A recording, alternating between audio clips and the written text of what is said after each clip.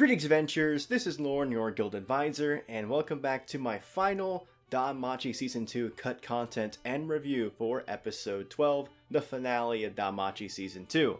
Now I know a lot of you are excited for the sudden news after the episode of Season 3 happening in summer 2020. I'm also excited, I'm also a little bit skeptical on what the quality of that would be based on what we got here in Season 2. But that is a discussion for another video. I'll be uploading another video voicing my thoughts on Season 3's announcement along with the OVA, so look forward to that sometime after this video, maybe later tonight or probably tomorrow morning. But anyway, back into episode 12. So, episode 12 only covers about like 46 pages of volume 8. Like I said before in the last video, they started adapting volume 8 and it's almost 400 pages long, but they pretty much just adapt that last chapter in volume 8 where Hestia gets kidnapped and then Belle, Eyes, and Hestia end up in that village and then get out of it. But again, they somehow managed to skip content when there's only 46 pages to adapt, and for some reason that just amazes me. But enough of the negative Nancy Lauren here, let's start with what's different between the light novel and the anime. To begin with, the anime opens up with Belle and Hestia already in Calm's house. The way the novel does it is after Belle and Hestia fall into the river and Eyes after them, they actually do like wake up from that, and Belle is carrying an unconscious Hestia on his back, walking alongside the riverbank with Eyes, and they do get attacked by a swarm of harpies, and there's like hundreds of harpies as Eyes is fending them off from Belle and Hestia because Belle is preoccupied carrying a goddess on his back, while Eyes is just, with her level 6 status, easily taking care of all the harpies. And again, remember that monsters outside the dungeon are normally a lot weaker. The black dragon is one exception, which was mentioned in the last episode, and then you see it get brought back up here again.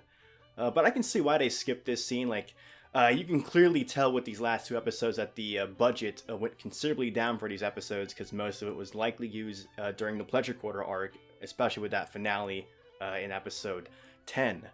But yeah, I can see why they skipped this, because it's really just Eyes beating a bunch of senseless monsters. But we open up, and the one thing that was really strange to me is before they started the opening, when you see Calm, they like almost make it seem like he's suspicious, but in the light novel it's like right away you know he's a good guy. Like it's mentioned that as soon as he saw an unconscious Hestia, he immediately reacted and said he offered his home to Belle and Hestia, because as you notice later on, he is very respectful towards goddesses because he feels like he failed his and is in that state of depression before he found this village and then adopted a lot of children. Now, the anime doesn't really give much context to the area of Edis village, but basically it's a hidden village in the Bior Mountains that Orario doesn't know about because it's not on the map. And the special thing about this village is that you find a lot of outcasts here, people from different familias who elope together and find a place here in the village.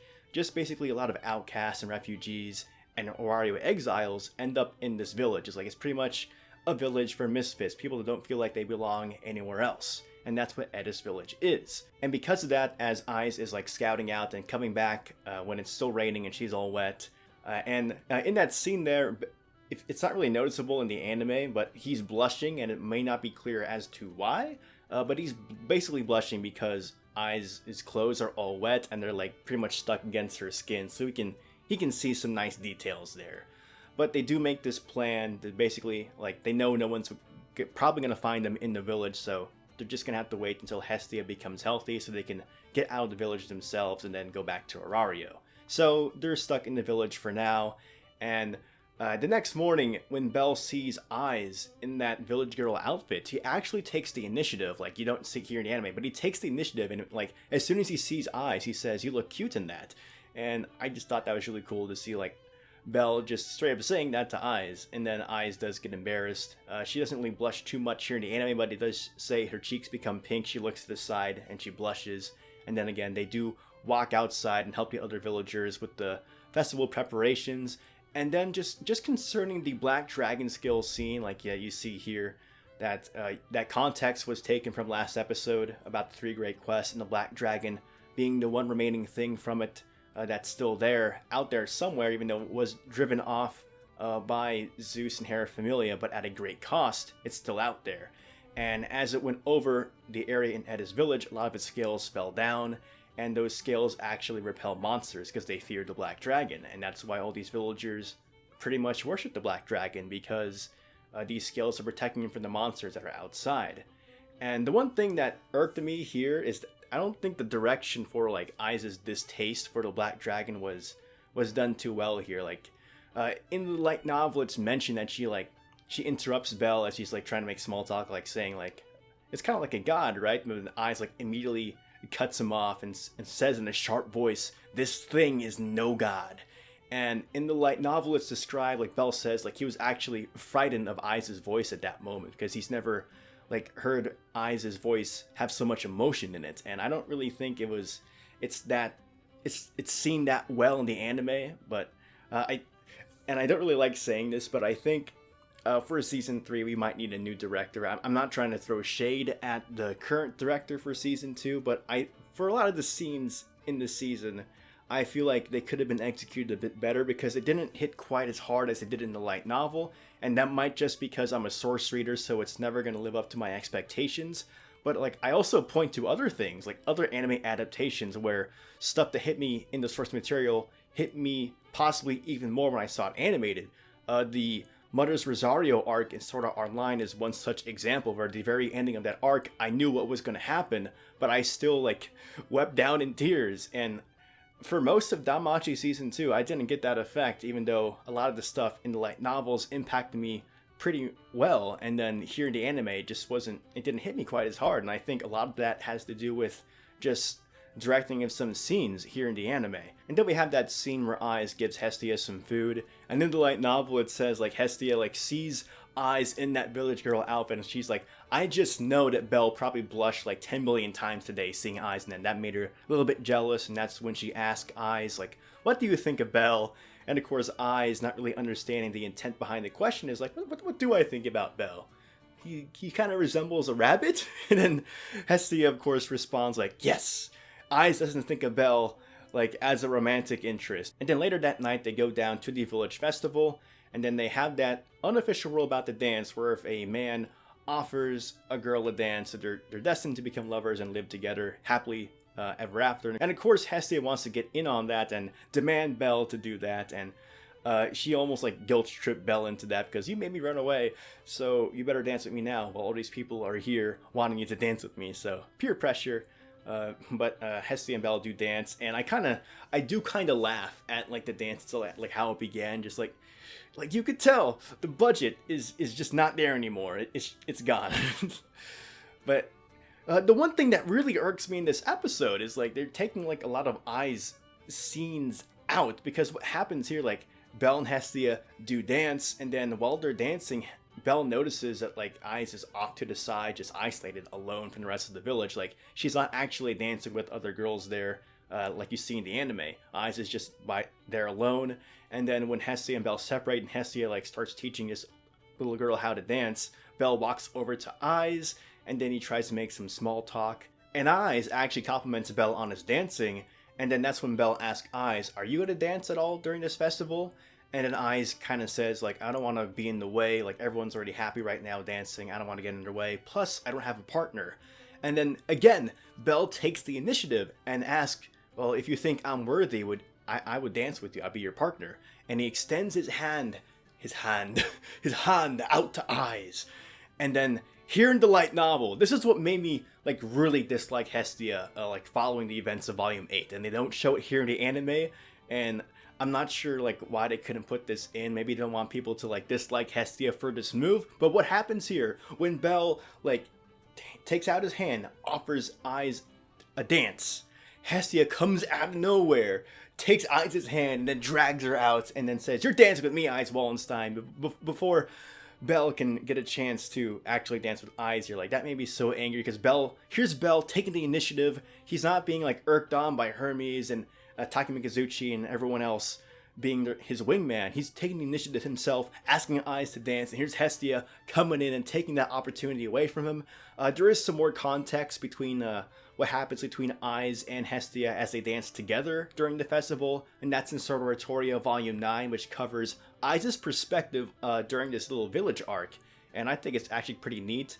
And with the announcement of Season 3, I'm not sure if we're going to get another Sororatoria season. I know some of you people didn't really like Sororitoria's anime, but that has a lot to do with how it was adapted rather than the material itself. And as I've been saying, a Sororatoria Season 2 would be really cool because there is some foreshadowing for stuff that would happen in DanMachi Season 3, but I guess we're just going to get DanMachi Season 3. And I've been talking a lot about the direction in the anime as a whole, and again here when at Calm's deathbed, it's not too bad, but I do think it could have been done better. Like when you see Hestia try to comfort Calm, and she mimics Bridget's voice and mannerisms from her own memories of Bridget, and everyone in the room is staring at Hestia in awe of what's happening, because it's almost like she's channeling Bridget herself, and her voice just changes immediately, and she's talking to Calm. And then as the scene goes on, it gets a lot better. It's a lot more reflective of what happens in the light novel. But that's just one minor thing that irked me. It's just another example of me thinking that the direction of DanMachi Season 2 isn't exactly where it needs to be, and I do hope they get another director for Season 3 when it does happen. And then afterwards, when you see Belle under the moonlight just sitting down reflecting on Calm's death, you get that explanation for why he fears the goddess's love, because he knows the pain of losing someone. He lost his grandfather and he was very sad after that, and he doesn't want to do that to someone else that would potentially love him, because that would happen to any goddess that would love him. One day he's going to be gone, and then he doesn't want the person who loved him to feel that pain that he felt for his grandfather when his grandfather passed away. So that's Bella's reasoning. But Miyake says, do not run away from a goddess's love. And you see Hestia and Belle share that moment together, where Hestia basically says, no matter what, Belle, I will always be there for you. You see Eyes in the background in the anime watching over this. She's the one that actually told Hestia where Belle was, and she's just watching over them. But as Hestia says always, Eyes says herself, she says, always together, mother. And I don't know why they couldn't add those 3 lines for Eyes to say here in this scene, because it just gives more character to Eyes. Eyes is reflecting on what's happening between Belle and Hestia and her experience in the village and the Black Dragon and her possible history with monsters and or the Black Dragon.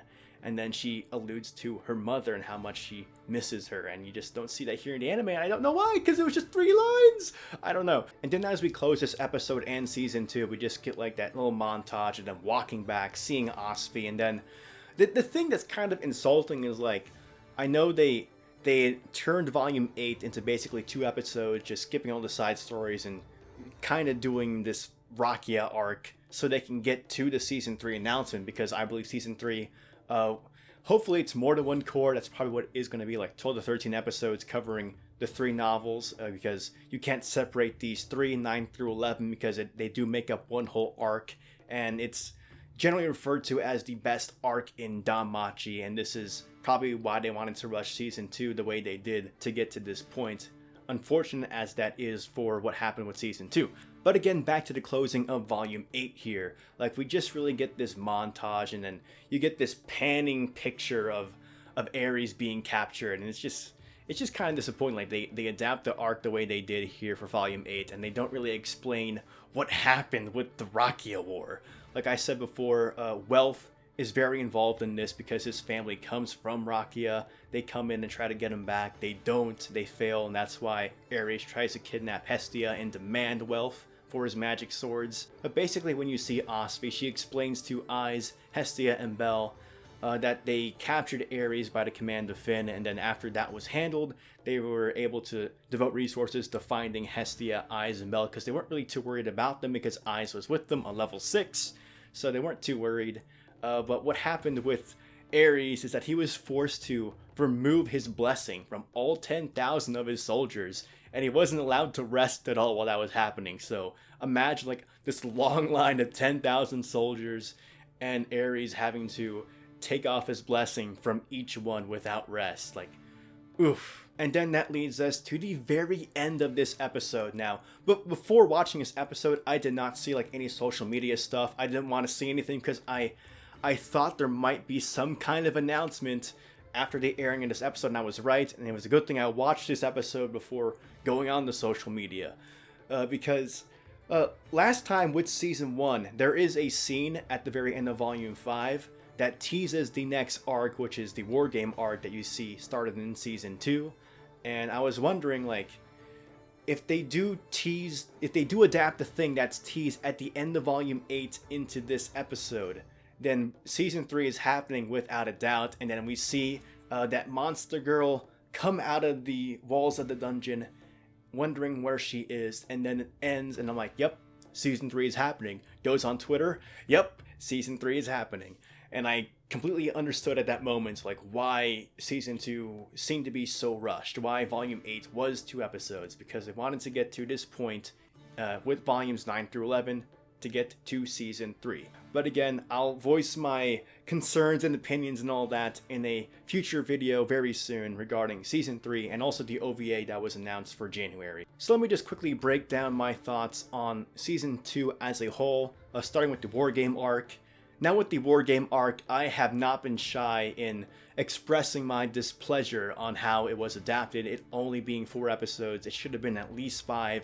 The War Game itself should have had a whole episode dedicated to it, but it was like the build up to the War Game and the War Game itself all being 1 episode, and I think that just created a lot of problems, not to mention like how the actual War Game itself was handled. So I thought that was disappointing. And then like just a direction for Lily's development, like you don't get too much of it here when she's trapped by someone familiar. Like I don't think it was handled too well. Like she struggles a lot in this, and you don't really see a lot of that in the anime, but that has a lot to do with War Game only being 4 episodes and having to rush through it like that. And then with the Pleasure Quarter arc, it was a lot better as an adaptation. Like it was above average, I would say. Like there are some things I'm sad that weren't included, like the full extent of the Ishtar Familia chase of Belle throughout all the Pleasure Quarter, and then of course Ishtar Familia's raid on Hestia Familia in the dungeon. That was just really reduced to a 1v1 between Aisha and Belle. And then the ending, the finale, like even though it was pretty cool to see the Aisha and Belle fight, there's a lot of stuff that happens before it that wasn't adapted properly, I would say. Like the fight between Mikoto and Samira. Like Mikoto does a really cool move in this fight, and it just doesn't happen in the anime. Like it would have been so cool to see. And then the fight between Toad and Belle, it just made Toad look so underwhelming with the way the anime dealt with her here. Just have Belle open a hole in the floor and she's just fallen down. But despite all those complaints about the stuff in Volume 7, I think they did a lot better job with that than they did with the War Game. And then Volume 8, I don't think I even need to talk about that, because I've been just based on these 2 videos here about Volume 8, like they skipped 3/4 of the book. They rushed through a lot of it. They took out Welf's backstory. Like there's no way they can go back to it now because it's heavily involved with Rakia, and there's no way they can go back to it now. So Volume 8, read the light novel if you want to see more of Volume 8, or wait for the videos I'll be making on the skipped side stories that were in Volume 8 in the near future. Like I said, the future plans for videos are, of course, going over the announcement for Season 3 and the OVA, individual like general summaries of stuff that was skipped, like the key points that were skipped in War Game, that's a video. Pleasure Quarter, that's a video. And then Volume 8 is, of course, going to be those short story videos I'll be making. So a lot of stuff that I will be making in the near future. I do think I probably need some kind of break with the anime ending and having to do a lot of stuff. Like these past 12 weeks have been crazy between DanMachi and the anime, so I might take like a 1-week break or something. Who knows? I probably won't. But anyway, how did you guys feel about Season 2 as a whole? Like, that's a question for anime onlys and light novel readers. Are you looking forward to Season 3? And that wraps up the final video for DanMachi Season 2 cut content and review. Thank you guys so much for watching this series with me. It's been a pleasure. Hopefully you guys enjoyed what I had to say about the stuff that was changed or skipped from the light novel. And hopefully that spurns you, that encourages you to read the light novels themselves. Like, I know it's a different medium. Some people don't like reading, But you guys are reading subtitles, right? But yeah, I know some people don't like reading novels, but I highly encourage you to read them, especially if you enjoy DanMachi as a franchise. I think they actually did a better job with season 1, despite it covering 5 volumes as opposed to this 3. You should be able to start with volume 6, which is one of my favorite volumes, the War Game arc, and I think that's a really good starting point if you want to get into the DanMachi light novels themselves. But anyway guys, thank you again so much for watching my videos for the past 12 weeks. And of course, I'll be doing this again come summer 2020 when season 3 comes in. So look forward to that when it does come. But anyway guys, thank you so much for watching this video. If you want to see more DanMachi content, follow me on Twitter, subscribe to the channel, and join my Discord. And as always, continue enjoying your time adventuring in Mario and the dungeon. This is Lorne, your guild advisor, signing out.